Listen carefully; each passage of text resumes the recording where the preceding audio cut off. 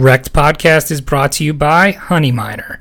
Want to start mining, but never had the technical skills or time? Honey Miner is the answer. Honey Miner is a one-click install mining software that downloads directly to your computer and earns you Bitcoin. No more writing scripts or configurations. Just download the desktop app and start mining immediately. What are you waiting for? Go to honeyminer.com and start earning Bitcoin while you sleep today. That's honeyminer.com, on Twitter at GetHoneyMiner, and Telegram at t.me/honeyminer. Hi, this is Marco Peereboom, and this is REKT.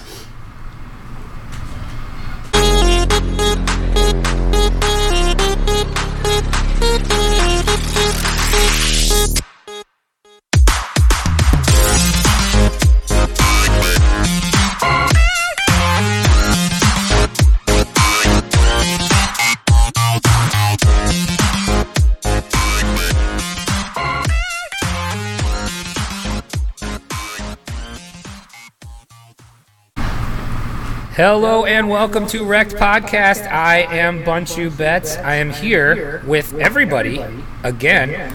Shocker! This is Marco Peereboom Take 2. 2.0. 2.0. We have the great pleasure to have Marco Peereboom on for a second time. In as many days. Here's what happened. Obviously, if you started the show, you've heard the PSA. Don't drink and podcast, ladies and gentlemen. We had a really great ish 40-minute conversation with Marco, and our idiot selves didn't get to salvage a darn part. No, it's not our. It's Bunchu and his chili. No, it's Bunchu and his chili. I don't think so. I feel it's a group. We're a team here. We win as a team. We lose as a team. Win as a team, lose as a team. So here we are. Marco, thank you for joining us yet again. How are you doing this evening? I am doing well. How about y'all? I think we're doing good. I'm in my blue light for Decred. I did it in honor of you as uplighting for you today. So I appreciate that. That was really wonderful.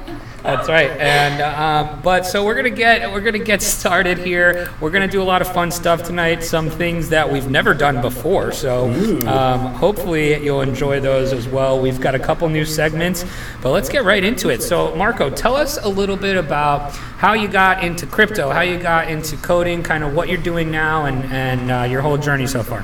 Oh man, so you guys do know that I'm old, so you're sitting here for the next 88 minutes listening to me ranting and raving about code.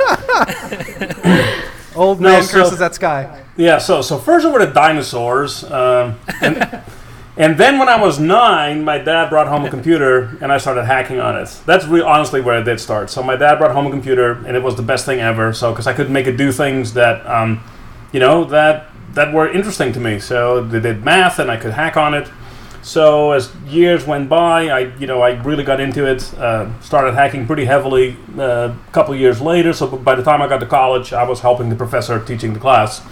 So college was kind of worthless though. The student becomes the teacher. I did very early on. It was fun. So that's cool. So anyway, so then I started doing a bunch of code in the open source arena. I always enjoyed that. I always liked sharing with people and, get some feedback and all that kind of good stuff.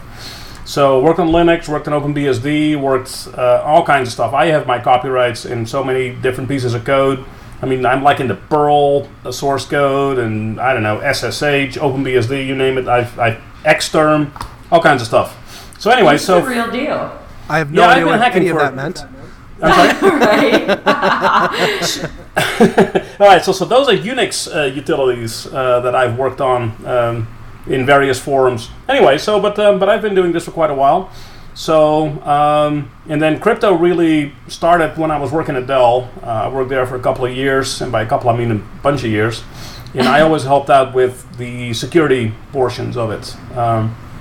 So that is kind of how I rolled into crypto. So from then on, I started working on a thing called CipherTight. That was an online secure backup solution. Really cool solution, actually. But it just didn't sell, so we had to do something with that. So we shuttered that business, and I pivoted into cryptocurrencies. So and then a couple of years later, we started hacking on Decred, and here we are. There you go. So Very now cool. I have a quick question. You use the term hacking. I thought to myself the other day, I don't think I could describe that properly if somebody were to ask me to define it. You said you were was it 9 years old when you got your first computer?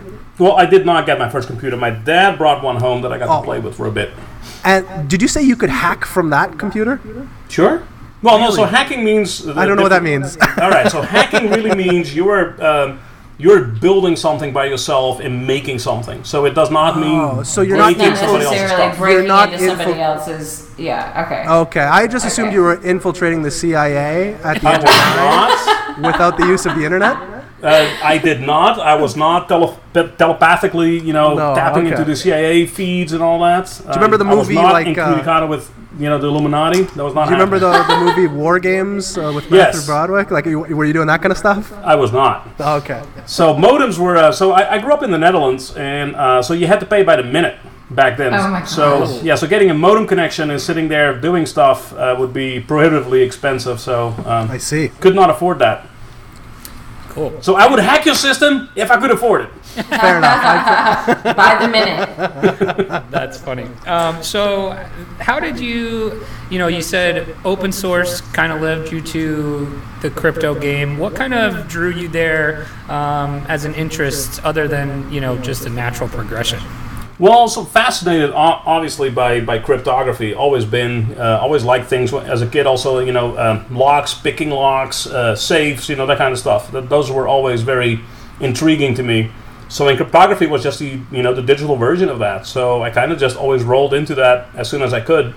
So once I had the programming chops to actually understand it a little bit better, I kind of rolled into it, worked on it, and And there was so much interest that I just kept doing things with it, and and one thing came to the next, and I actually professionally started doing this for a living. Very cool. So tell everybody kind of what exactly your role is now. So I am the Decred New Systems Development Lead. What that means, so actually in Decred we really don't have titles, but I assumed one because people ask this question. Sure. I'm really a guy that hacks on stuff, writes software every day, just like everyone else. But I do typically work on things that are new, that have not been done before. So, for example, what I'm working on right now is called Politeia, and that is the Decred proposal system. So it's more of like an R&D portion of Decred? Is that what? No, not really R&D. So we already at that point have at least had a debate about what it sort of should look like. Okay. But then you got to take it from concepts to actually something that works. Gotcha. So if I have one skill, that is that I can take a real life idea and do a proof of concept typically pretty quickly, so that we can at least prove the idea and see if it's going to work out or not. Yeah, I'm just an idea man. That's it. I'm barely. Yeah, it turns out that executing is pretty hard. Yeah, sounds like it. So tell everybody who may not be familiar with Decred kind of about the project, what makes it interesting, what makes it different from other things that are out there. I know it's one of our favorite coins here on the podcast. We've talked about it a couple different times here. So tell people about Decred. So Decred is digital autonomous money. That's typically the short way we describe it. So what it really means is we have. So let me rewind a little bit. So history-wise, so where Decred came from is we are a bunch of old Bitcoin developers. We did a Bitcoin implementation in Go, and we saw some shortcomings with Bitcoin because of that. And so from there, the idea was born of doing something, correcting some of those deficiencies that we saw in Bitcoin. And the big one that we saw was really governance. So stakeholders have no stake in Bitcoin, and we did not particularly enjoy that. So what we wanted to be able to do is give the stakeholders a voice as well. So what we did to do that is actually create a governance system, and that governance system is what actually really sets Decred apart. So, and the big deal about a governance system is it allows, first of all, the stakeholders to voice their opinions and do certain things and vote on network upgrades. But the big thing that it does is it's a longevity game. So when we designed Decred, we designed it to be around here 10, 20, 30 years from now. And with good governance, you can have any feature you want. -- Chris Bernansky. That's awesome. Chamber, you got any questions about Decred? I know we Yeah. were talking about it last week. So again, we all know, maybe Marco doesn't know, but I'm not the most versed person in the cryptocurrency. I'm learning every day, but I have been in the space for less than a year. We're coming up on a year, by the way. Congratulations. I know. A lot of bad decisions made this year. But is Decred a fork of Bitcoin? So it is not. It is its own cryptocurrency written from the ground up. We do have some similarities because we did take that code that I was talking about a second ago, called BTC Suite. Yep. And we basically took that code, we ripped out the Bitcoin consensus portions in the Bitcoin specific things, and we replaced that with what essentially is Decred today. So code base started the same, but there is pretty much not a lot left over in similarities, if you will. So in fact, actually, when we try to get listed on exchanges, that's one of the issues we run into because we are sufficiently different that people have to put more effort into it. Gotcha. In order to list you. Yes, or enable to run it. For example, I'm not going to actually point out projects, but most altcoins are really Bitcoin plus one feature. Right. And that's really what they are doing, right? So they create a niche for themselves by implementing something that's interesting, but we didn't. We completely implemented our blockchain from scratch, and therefore we are sufficiently different. A little bit harder, for unfamiliar. The thing that kind of first drew me to Decred was mining. That's how I got into it. That's how I found it. I was doing, some Ethereum mining and some dual mining with Decred, and that's kind of how I had first found it. And the thing that I also found interesting was there's kind of like a hybrid proof of work, proof of stake combo that you can do with Decred. Is that correct? Yes, that is correct. Actually, not kind of do. That's the way the coin is actually set up. So it is a proof of work, proof of stake hybrid. I think we are the only one that does that right now. I am not sure if I've not seen another one. I want to add, but yes. So and what that does is actually we use all the wonderful things that are proof of work, which we do like because it does give a bunch of really cool features. But we added a component to it, which is the proof of stake portion. And that gives us additional control over the proof of work guys. So if you take Bitcoin is essentially run by the miners. So it doesn't matter what anyone else says, what the miners decide is going to happen is essentially what's going to happen. So that said, we wanted to give the stakeholders a voice, and that is how we, so when we combine the two things, now basically the stakeholders have veto power over the proof of work guys, over the miners. That's pretty cool. So that's kind of how your whole governance idea works, and that's what really makes it special, I think. Is that correct? Yeah, so the proof of stake portion is where the voting on chain happens, right? Mm-hmm. So we have a permanent agenda, which was the prior block valid. So with that, we can basically beat a miner over the head if he's misbehaving. and that is very, it sounds trivial, but what that means, though, is if we invalidate a block as stakeholders, we are essentially taking away the miner reward. Turns out the miners do not love that. Right. So, yeah, if you're burning real energy and spending real money trying to, to figure out, the proof of work puzzle, taking away their reward that's not something that they adore. So that actually forces them into some behavior that is desirable, which is, keep the network up and running the way we intended it. That's awesome. Chamber, did you have any more kind of questions that you had from the other day that you want to jump into? No, we had mentioned on the last podcast, we were doing kind of a pump it or dump it segment, and I feel like I need to address it. Yes, you definitely do need to address it. You definitely do need to address it. So, for anybody who didn't listen to this episode, the Pump It or Dump It was basically I was introducing coins to Cynthia and Chamber, and they were basically deciding if they wanted to pump it, meaning they wanted to own it, or dump it, meaning they didn't want anything to do with it. Chamber had a little unpopular opinion to dump Decred, and please talk about it. So, Marco, the reason I chose to dump it was not because of the project itself. It was because of my shaky past in cryptocurrency purchases. To put it lightly, I felt that the Decred project was specifically for people that knew cryptocurrency properly. The OGs, if you will. Yep. And I made the comment that somebody that holds Verge, I cannot see that same person also holding Decred. So I felt unworthy of Decred in my portfolio. So that's why I dumped it. It was a me problem, not a Decred problem. It's not you, it's me. Yeah. Yeah. It really was. But we are still going to break up, right?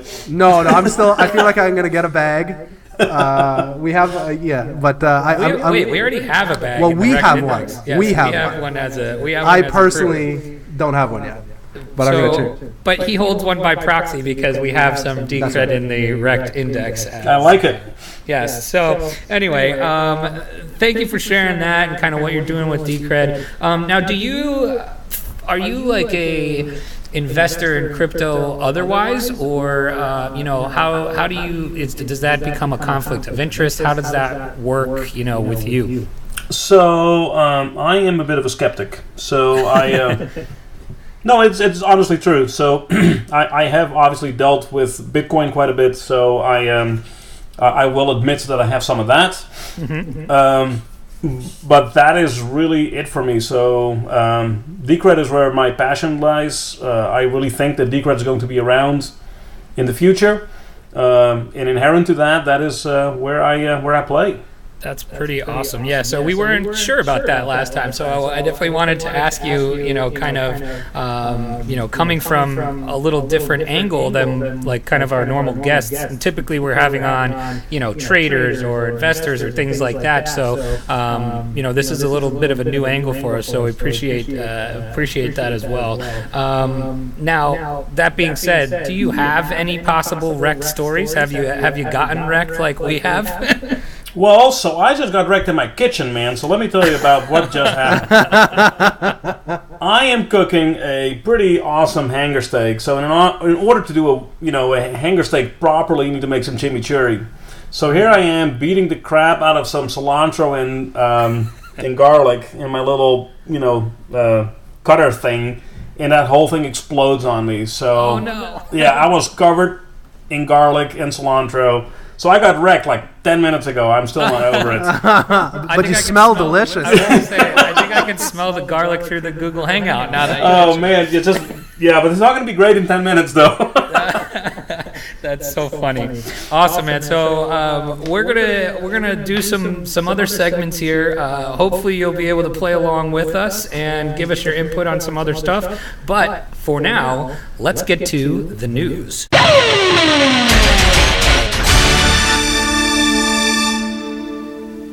The news. What's Cynthia, by the way? Cynthia is now having her own technical difficulties. Oh, okay. So she'll be back at some point, I think. But Chamber, start us off. All right. So big news here. The Wall Street Journal. Never heard of it. No. Yeah. Apparently, Who dat? Apparently they're a big deal. Bitcoin. So the headline here is Bitcoin price manipulated by cryptocurrency trading bots. The article goes on to say, shocking. Yeah, no doubt, right? So bots that manipulated Bitcoin price are not new. They're not going away, according to the Wall Street Journal. The problem continues to draw regulatory scrutiny, as it was cited by the SEC when it rejected several Bitcoin ETFs in its August applications. So, I think this is something we're all used to. We're all used to seeing those the BART charts on TradingView. Well, but man, this immediately begs the question: begs the question, so what about HFTs? Mm-hmm. So last time I checked, those were bots. Yep. Doing microsecond level trades. So man, so hang on, I'm gonna have to yawn here for 8 minutes. So not exciting news, clearly. I find it incredibly boring, and yeah, whatever. I think I think it's something that we're seeing more and more of. I probably saw a couple tweets about it literally today about people seeing bots in the order books and things like that. I don't think it's going away ever, probably, because it's definitely nobody not going wants away. to sit there and I think the larger the market cap gets, the less effect bots have. Oh, absolutely. So, and also, same with HFT, right? HFT is actually at this point no longer effective anymore, right? So the only thing you get to do is manipulate the market. Although I honestly thought we were going to talk about Shapeshift with the Wall Street Journal. So that is a much more controversial and an interesting story than Let's talk the about bots. it. Yeah. Want to give us a little rundown? Yeah, I don't know. I'll bring it up while we're talking about it. Okay, so Wall Street Journal did a piece with Eric Voorhees, and I feel the need to pronounce his name properly because it's a Dutch name, and here I am. You definitely have to come through for your. I have to come clean, right? So it's Eric Voorhees. This is how it actually would be pronounced. So that said, but they worked allegedly with the Wall Street Journal for them to write an article, and then at the last second, allegedly they changed the story around, and it was pretty negative. So Wall Street Journal changed it. Yes, so that's the story, right? So I think we need to sift through the rubble here and find out. Everybody needs to figure out for themselves what it really means. But my knee-jerk reaction was like, okay, so the Wall Street Journal is being the Wall Street Journal and doing Wall Street things, and so I had a pretty negative reaction to that thing. Is like, whatever, man, who gives a shit what those guys say? Yeah, agreed. So I'm looking at this now, trying to, and I see Shapeshift CEO Eric Voorhees refutes the Wall Street Journal reports of dirty money from Cointelegraph. So I'll tell you about dirty money. Can we arrest somebody for 0809 in the United States? We haven't arrested anybody yet? Yeah, Fault comes to mind. Fuck that guy. Yes. Again, I love it. Yeah, baby. But yeah, so that's an interesting story. We'll definitely link that because I actually missed this story because I was probably doing degenerate things. But yeah, you were making chili. Yeah, making chili. I got the chili made. I got the chili made for me. I just ate it and spilled it all over my carpets. It was. I don't know if either of you guys watched The Office, but there's one episode. There's the one episode where Kevin comes in and he's making it. He does it the annual making of his chili, and he walks into the office. I feel like you could do a good Kevin impression with the huge vat of chili, and he just trips over himself and spills it all over the floor. And that was me the other day. Anyway, so my article here is nothing new, but whenever the government is saying things about crypto regulations, it's interesting to see. So cryptocurrency is here to stay, the CFTC chairman Giancarlo says. So he's a fucking hero. He is. He's a fucking hero. He is a hero. So here's something that he said on our favorite broadcast, CNBC's Fast Money. He said that Bitcoin is a commodity, but how do you characterize the rest? So he's kind of talking here about what he thinks should happen. He says, I personally think cryptocurrencies are here to stay. I think there's a future for them. I'm not sure how they ever come to rival the dollar or any other hard currencies, but there's a whole section of the world that is really hungry for functioning currencies that they can't find in their local currencies. There's about 140 countries in the world, and every one of them has a currency. Probably 2/3 are not worth the polymer or the paper they're written on, and those parts of the world rely on hard currencies. Bitcoin or another currency may solve these problems. So I think it's kind of really cool to see how he takes this whole commodity type aspect and view towards it, as opposed to, what some of these other regulators are saying about, securities and ICOs and all that stuff. You got any thoughts on that, Marco? Oh, I do, man. So honestly, I think that is literally the most sane, most based in reality approach that you can have. So, and that's why I was saying the guy's a hero. So he is not making the cryptocurrency nut jobs lofty goals like we're going to have Lambos for everybody, but he is saying, okay, this is here to stay. This is real. This is needed, and we just don't know where the chips are going to land. And that is, I literally share that opinion with them. That is exactly how I view the world.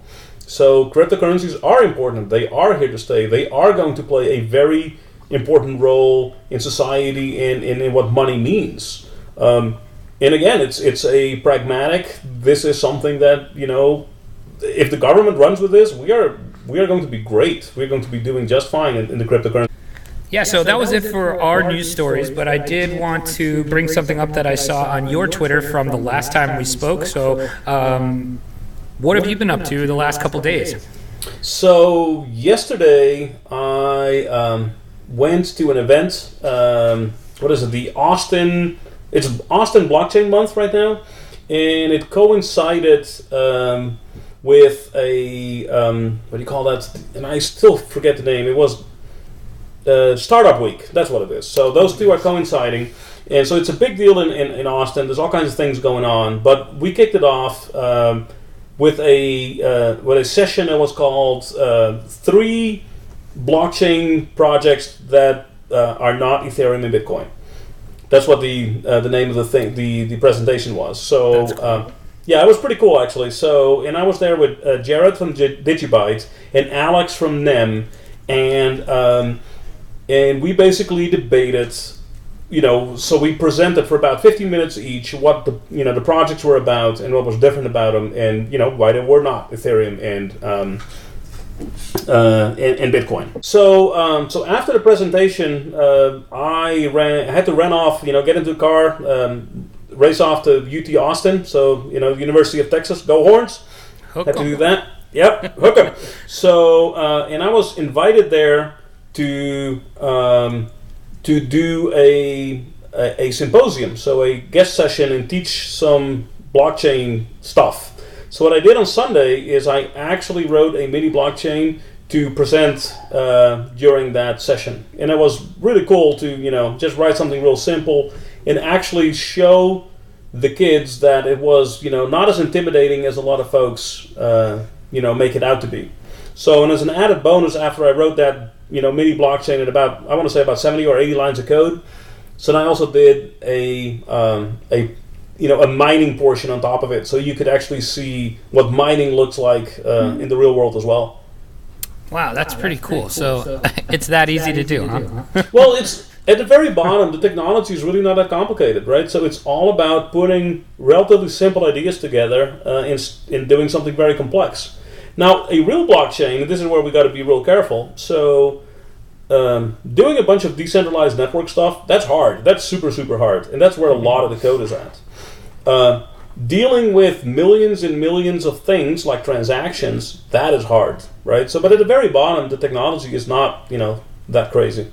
Very interesting. That's cool. So yeah, I saw that on your Twitter from that you did that since the last time we spoke. So I wanted to kind of pick your brain about that a little bit. But so that's going to do it for us for the news and what's Marco been doing. So we're going to try a new segment that we've never done before. We are big into movies, entertainment, TV shows here, and I think you are as well, Marco. So we're going to play a little game where we are going to cast the crypto movie. And the Oscar goes to Leonardo DiCaprio. Chamber. I mean, you can't have a crypto movie without the one or multiple Satoshi Nakamoto's. That's correct. So, who do you got? I don't know. I think you got to go with an ensemble. I think you go. It didn't get it didn't get rave reviews when it came out, but when they rebooted Ghostbusters, I think we rise them from the ashes of the Ghostbuster reboot, and recast all 4 gals from Ghostbusters to play Satoshi. I love that, actually. You know what? I'll come out and I'll say it. I laughed my ass off at that movie. Beer may have had something to do with it, but I really had a good time. That's awesome. So, and that would go with the Cynthia's T-shirt that says Satoshi is female. So, I think she would approve of that one as well. What about, like, if you're going ensembles, you could do the entire cast of Ocean's 11. You know, they could be literally every single one of them. Oh man! Marco, so if you're gonna go do that, then we're gonna do the Tarantino movie, and I forget the name. Of course, Samuel L. Jackson is in it, but the one that they are. Oh my gosh! They shot it with that really wide lens camera thing. Oh, I know what you're talking about. Oh my gosh! It was the old West one. Yeah. With oh my gosh, that movie was so painful to watch. But I think that would kind of, the slow build up would make sense to it. I need to look this up on the Googles, and the Google needs to tell me what it's called. What is that movie? Come on, guys, help me out. I know, it's on the tip of my tongue. I feel like it's like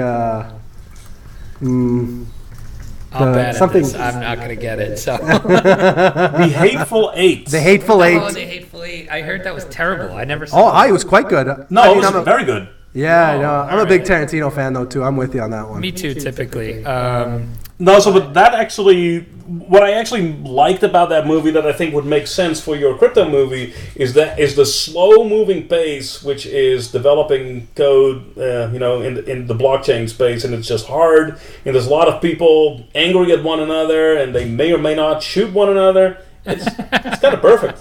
I like it. I like it a lot. So awesome. All right, so we've got Satoshi. Let's move on to Roger Ver. Oh, man. I know the perfect guy. Go ahead. Oh, I cannot get his name. Oh my gosh, I'm doing not good. The guy from The Rock. The Rock. Oh, are we talking about like... Oh my God. Everybody is sucking it today. Oh Nicolas Cage. Oh, Nicolas Cage. Ooh, actually, I like that. Oh, I like that. I had a different one written down. How am I not in that movie? Nicolas Cage is that your Nicolas Cage impression? That's as close as it gets, yeah. I didn't hate it, I gotta tell you. What, The Rock? Yeah. No, so let me tell you my Nicolas Cage story. Oh, this is important. There's something here. So, the very first encounter I had with Nicolas Cage was The Rock, which was not a shit movie. It was fun. Good movie. Yeah, well, good. All right, not sure I want to go that far. But it was super entertaining, right? And I made it through. So at that point, I thought that Nicolas Cage was pretty fucking awesome. And then I saw some other movies, and he's terrible. National Treasure 1, 2. You know what? That is the other movie I actually did not hate. No, I like that. But literally every other fucking movie that guy was in is garbage, and that is me being very generous about his movies. That's pretty funny. I do like one Nicolas Cage movie. It's the one where he's the con man, Matchstick Men. Oh, yeah. No, didn't do it for me. No, I like that one. All right. Well, I have written down here James McAvoy. Do you know who that is? I have no idea. Help me out. So James McAvoy was in the movie called Split. Did you see that one? So it was about him having multiple personalities, and I think this fits well for Roger Ver because, he goes from Bitcoin to Bitcoin Cash. He's the good guy and the evil guy at the same time, and he kind of looks like James McAvoy, so I think that's what we're going with. I agree with that one. For Roger Ver. Classic M. Night Shyamalan movie, by the way. Oh yeah, that was a good one. Apparently there's a sequel or something that I'm not really sure about, but and then so we got Roger Ver could either be Nicolas Cage or James McAvoy, and we'll go with that. Now, how about Charlie Lee? Oh man, I think I got a good one for Charlie. Who you got? Ken Jeong. Ken Jeong is the guy who played the bad guy in The Hangover. He was also in Community. He was the teacher in Community, and I think they pretty much look exactly like. I think Ken Jeong might be a little older than Charlie, but I think that plays. Yeah, I like it. Yeah, so that's a bit of a clown, right? So, and I really don't think that, Charlie Lee is a clown. I really love Charlie Lee, actually. So who you got? Who you got? Of course, I cannot remember the name. Of course, no, that's fair. So I was going to go with that really super badass guy that does a lot of kung fu movies, and he's super awesome. Jet Li? Jet Li? Jet Li, yes, that's the one I was thinking. Okay. All right, I like Jet Li. We can see that. Charlie Lee, Jet Li. Chamber. Oh, you know what? I didn't even think of that. I just thought about the badassness that is Jet Li. I think the spelling's different. Yes, I think they are. Chamber, I'm going to let you run with this next one. Mr. John McAfee. All right. I think Mr. John McAfee, I might be generous with my call here, but I think Mr. John McAfee would be played exceptionally well by Sean Penn. I think they look pretty, I think old Sean Penn looks very much like John McAfee. Get Fast Times out of your head. Can I go left field on you guys? You sure can. Yes. Uma Thurman. Love it. It's a Tarantino-based movie again. She is the scene she did when in Pulp Fiction where she was ODing. Mm-hmm. See, I think that goes right along with the bath salts. I think you're totally right, and I'm loving that play. What about all right, maybe you got to go a little younger for McAfee here, but I feel like Johnny Depp could probably do something like that. Yeah. I think Johnny Depp serious. I mean, how about Brad Pitt? Brad Pitt does serious crazy. Yeah, he would be good too. But isn't Johnny Depp actually playing McAfee in a movie? Oh, I think we did talk to him about this actually. I think he is. Yeah. So that would be good, I guess. All right, here's one. Marco, we're gonna let you. We have one for this written down. We're gonna let you go first.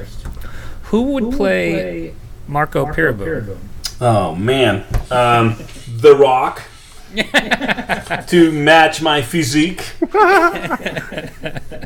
So I think I'm literally half, the height of The Rock. So you'd be the top half. Man, he is such a giant fucking dude. Yeah, he sure is. Sean Connery. Oh, that's a good one. I like that one. See, I'm thinking more like Leonardo DiCaprio from The Revenant. Yeah. Yes. The Revenant Leo. It's funny you mentioned The Rock. I was telling Bunchu before, my daughter and I have been watching the new Jumanji movie a lot lately. That movie is funny as shit. It's very good. It's a very solid movie.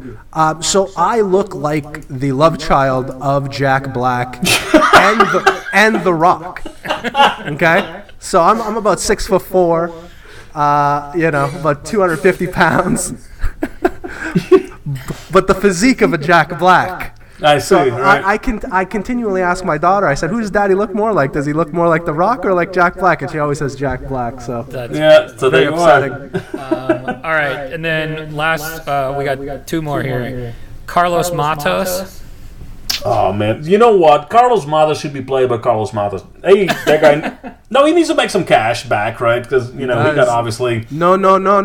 Hey! Come on, man! That is literally the best meme in crypto, and I promise you, everybody in the crypto community would love to have him to do some videos. Yes, I agree. But we went with the obvious one because he was played on the John Oliver show by him, Keegan-Michael Key or Carlos Matos. That dude is one of my favorite fucking actors on the planet. I love that guy. Yeah, he's great. He does a lot of great impressions, obviously, with it. And then Key and Peele's awesome. Oh yeah, I mean when he did the whole Obama thing, what is the anger translator? Man, he is awesome. My favorite one was Luther. Yeah. Drax them Clowns. Yeah. Oh man, that guy's so awesome. That's funny. All right, and then we got two more here. Chamber, who would play you? Do I get to say? Not the. Are we going with The Rock? I think that was the we're not going with The Rock. We're not going with Jack Black. All right. I'm going with, and we'll post a picture of you next to this person tomorrow. David Cross from Arrested Development, and I blew myself. Oh my gosh! All right, I got nothing to add. You've won this round. Yes. I am a never nude, and That's awesome. Yeah, and I do cry, and I do sob in the shower a lot. me too. All right, who would play me? And then I'll wrap that one up. How about dumb? Dumb. All right. Go with another crypto celebrity. I like it. Chamber, did we lose you? I'm still here. Can you hear me? Yeah. So who would play me? I don't know. I like. I don't know. You're a handsome devil. I'm gonna go with maybe like a who would be good for you? I know Cynthia mentioned Will Ferrell, but I'm not seeing it. I don't think I look like Will Ferrell. No, I mean maybe the comedic chops are there, Yeah, maybe. But I would say visually, I think visually you would look more like maybe like a Ryan Seacrest. Oh, I can go with that. Oh my god! I'm on board with Ryan Seacrest. That's perfect. Right. Bunch you out. I love it. All right, so that was Cast the Crypto Movie. We can actually, we can do this again and just add more characters as we keep going. So I got to ask though. So even though she kind of went missing in action, we need to cast Cynthia. What did we? What did she say? Lisa Marie Presley. Yeah, that was Cynthia. She said that's the celebrity she gets told that she looks like all the time. So Lisa Marie Presley for Cynthia. Maybe we'll Okay, give her a singing I got no arguments there. That's actually pretty accurate, I guess. All right, we're moving on to another new segment, Chamber. Another Chamber idea here. So this segment is called No FOMO. Warning, do not enter this game if you're under 18 years old. Bro. Chamber. Let's get it going. All right, this is more of this is what we want to kind of give back to the community. A lot of people, we've been in a down market for a long time, and over the last week, 2 weeks, we've seen some pumps. We saw the Ripple pump. Over the weekend, you had the OCN pump up a little bit. So we want to just kind of tell you some coins and some tokens that are maybe looking like you want to get into, but probably shouldn't, just because they'll probably kind of peter out after a little bit. So I mentioned OCN. OCN got up to about 250 Satoshis and then dropped down to about 160, 150. So hopefully you didn't buy at the top there. Some of the other ones that are kind of pumping right now, Verge. Obviously, we're not huge Verge people.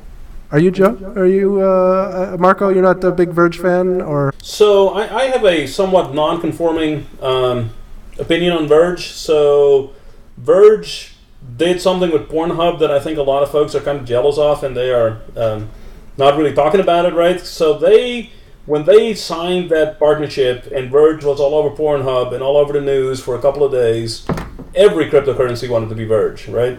Mm-hmm. Everybody really wanted to be Virgina, as it were, at that point. So I think they pulled off some pretty good, publicity. I'm not sure it has translated, but good for them. Yeah, I think that's a good point. We talk about it all the time just because of it, so it stays relevant because of right, and it does. And it, it was funny, and it was relatively well executed. Yeah, I think so. And all right, and then a couple other ones here, Chamber, that you didn't mention, that we always are now telling people, don't be us, don't buy the tops. So a couple more here. Eternal token was up 88% today, so maybe check yourself before you wreck yourself. ETN, Electronium, and then our old friend BCH was up 20. Bitcoin Cash was up 20% today. So just be careful out there. Market buy Bitcoin Cash. You would. Yeah. So that's our new segment. This is going to be our public service announcement to give back to you guys, tell you what's pumping, and maybe steer clear of buying tops on those. Yeah, just take a breather before you make that market buy. Think about it. That's right, or a Marco buy. Or don't. Yeah, right. Just don't. The only you should be doing a Marco buy. Yeah, sure. Just FOMO into Marco buys are you don't. Awesome. So one last segment here. We're going back to the well with rapid fire. All right, Marco. So these are some non-crypto related questions for you. I'm ready. We just were talking about movies. What is your favorite movie? Pulp Fiction, hands down. Pulp Fiction. Chamber? Agree 100%. It's definitely one of the best movies, Yeah. maybe of all time. It's a fantastic movie. All right. Next question here. Marco, I saw on your Twitter here that, and we talked a little bit about it earlier, you seem to be a big cooker. I cook, yes, I do. Yeah. So what is, two-part question, what is your favorite comfort food, and what is your favorite food to cook? Comfort food, probably brisket. Ooh, I'm with you on that. Or collard greens. Those are my comforts. That's like a southern thing. I've never had a collard green before. Oh man, I make a mean collard green. I'm coming to see It takes 6 hours, We're going but to visit. road super trip. Texas road trip. Oh yeah, y'all are welcome. No, I actually did it the other day because I went to the farmer's market and I saw some collard greens and I walked by it and then I walked by it again. I was like, fuck it, I'm doing collard greens in the fall, a bit too early, but so I did it and they're just fantastic. I mean, We're coming down to Texas to get some brisket and collard greens. I can handle that. It will then be REKT. No longer Texas. REKT, All right. I like it. Yep. So we're going from food to television. Do you have a favorite TV show? So if it's not on Netflix, it doesn't exist. Yeah, pretty much with me too. I don't have TV. I cannot handle ads at all. I'm with you. No, I just can't. I got shit to do. So if the show is 22 minutes, it should take me about 22 minutes to watch it, and not Yes. Absolutely. anything above that. So, man, so all the TV shows that I know and like are dated. That's okay. That's okay.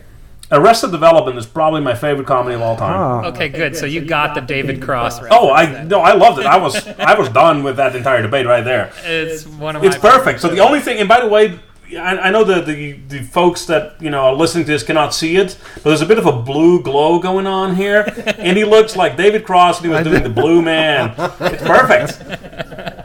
That's so funny. All right, so yeah, Arrested Development's an all-timer for me too. I watch it over and over and over. Okay, The Office.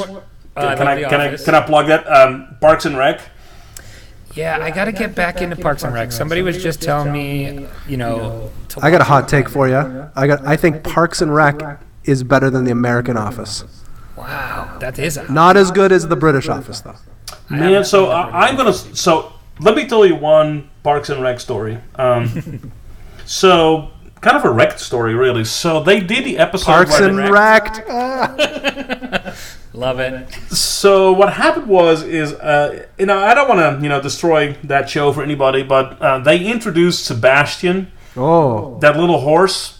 yeah, little Sebastian. And they did the take where that was literally the first thing, and they did it in the toss right before the show starts. Mm-hmm. And then basically what they said is, so Leslie Knope brought in little Sebastian, and the only thing that you saw was people were running, getting off their chairs and just running to go see that horse. And I swear I laughed for days and giggled in random moments because of that scene. And my wife actually had to check on me to see if I was alive because I was making such weird noises when I actually saw that live. And man, to this day, if I think back at that thing, I start giggling. I'm with you. I think Parks and Rec has some of the best secondary characters, like John Ralphio Oh yeah. and Jam. Remember Jam? Oh yeah. Oh my god, that show is so freaking hilarious. But again, I mean, we gotta give some props to The Office as well, right? With Of course. with Shoot and what was his name? And you remember the oh my gosh, that episode? Another one that I giggled for days. What is that guy called? Shoot, right? Dwight Schrute. Yeah, Dwight Schrute. Yeah, so when they did a Christmas episode and he was hiding in my God.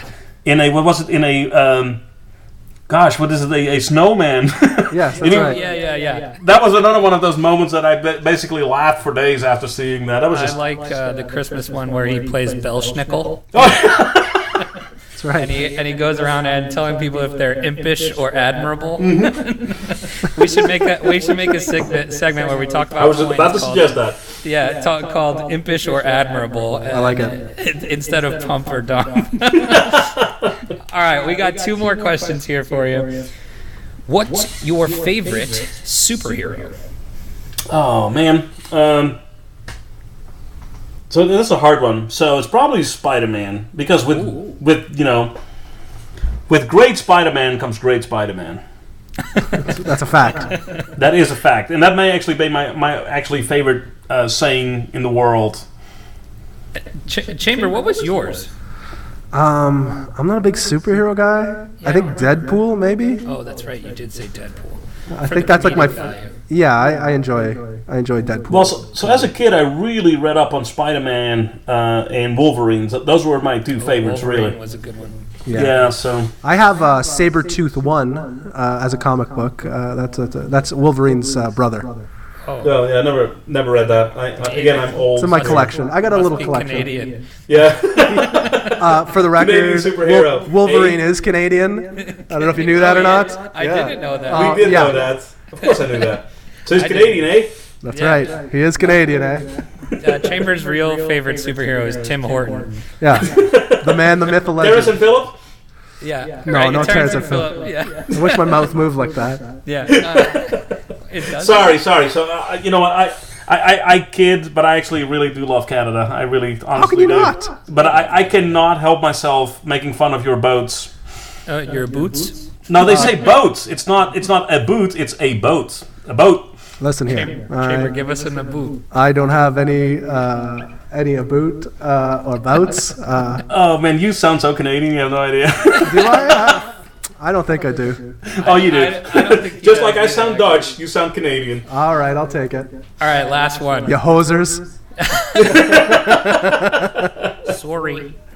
Sorry, I didn't know that. I just learned that one. I didn't know that was a thing. Oh, that's one. Yeah. All right, Marco, last one here. What would be your weapon of choice in a zombie apocalypse? Oh man, okay. So this is actually very important to me in life. See, all right, nailed it. No, this is no, honestly. So I measure every structure in the world on the zombie apocalypse, right? So if I am shopping for a house, I need to be able to defend it in the zombie apocalypse. That's literally how I look at things. So that said, I may own a sword that I may have bought at a Ren fair that is actually a real sword that you could do some real damage with. So I'm going to go with a 2-handed sword. Two-handed sword for the zombie apocalypse. I like it. You don't run out of bullets either. What's that? You don't run out of bullets. No, that is very true, because I don't think the gun is as useful. I think last time we asked this question, Chamber used like the old school bat with the nails and stuff coming out of it. He was in the same boat where he didn't want anything he had to reload. So. Yeah, but swords are handy. So actually, this sword that I bought. Actually came with a dagger as well, so if it actually gets close hand-to-hand combat, I can stab him in the brain with that. It's pretty awesome. That's awesome. Awesome. Cool. So that does it for our segments. We appreciate you coming on so much, and not only once, coming on twice to do this with us. We've had so many dang technical difficulties recording this. We are very, very appreciative of your time. So I want to give you just a couple more minutes to talk about anything that you want to talk about. Where can people find you? What are you going to be involved in coming up soon? And give the people some insight. All right. So the first thing I want to mention is the Texas Bitcoin Conference. So Decred is going to have a pretty large, so we're a platinum sponsor, so we're going to have a lot of folks doing Decred things. So if you want to learn more about Decred, and actually, I got to plug my city here too. So I live in Austin, Texas.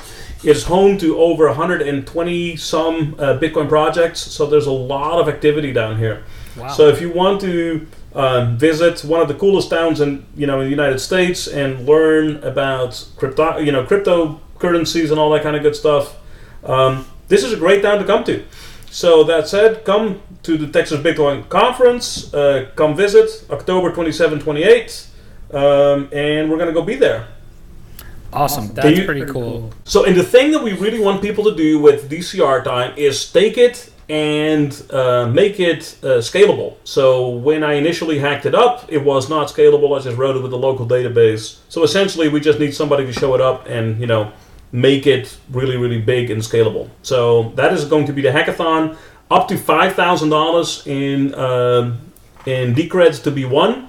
So there is a pretty substantial, amount of Decred, to be won if you partake and win the challenge. So cool stuff going on here. Yeah, that's pretty cool. Can you send us, is there like a link or something to that we can put out? So not yet, but if you go, if you follow me on Twitter at Marco Peereboom, one word, no underscores, no spaces, you can, I will actually link to it probably tomorrow, because I wrote the text yesterday and today, and then I think we put up some final polish on it. So we put the rules up, and I will drop this like in the next day or so. Cool. So as soon as you do that, we will also send it out, because we definitely want people to be involved in that for you. And that's awesome. So again, anything else you want to mention? Anywhere else people can find you? So Decred.org, that is where you can find most information about Decred. And slack.decred.org, that is how you can sign up and actually get in our Slack channel and come talk to us. So we're pretty accessible. So, if you have any questions, just, hit us up. Awesome. Marco, again, can't thank you enough for taking all this time out for us, because we were clearly a technical dumpster fire. So we appreciate it, man. So thank you so much. Everybody else out there, thanks for listening. Give us a rate on iTunes, 5-star review. Tell us who you would cast in the crypto movie, and join our Telegram channel, t.me/REKT_podcast, and follow us on Twitter at REKT_podcast. And until next time, don't get wrecked, and that is financial advice.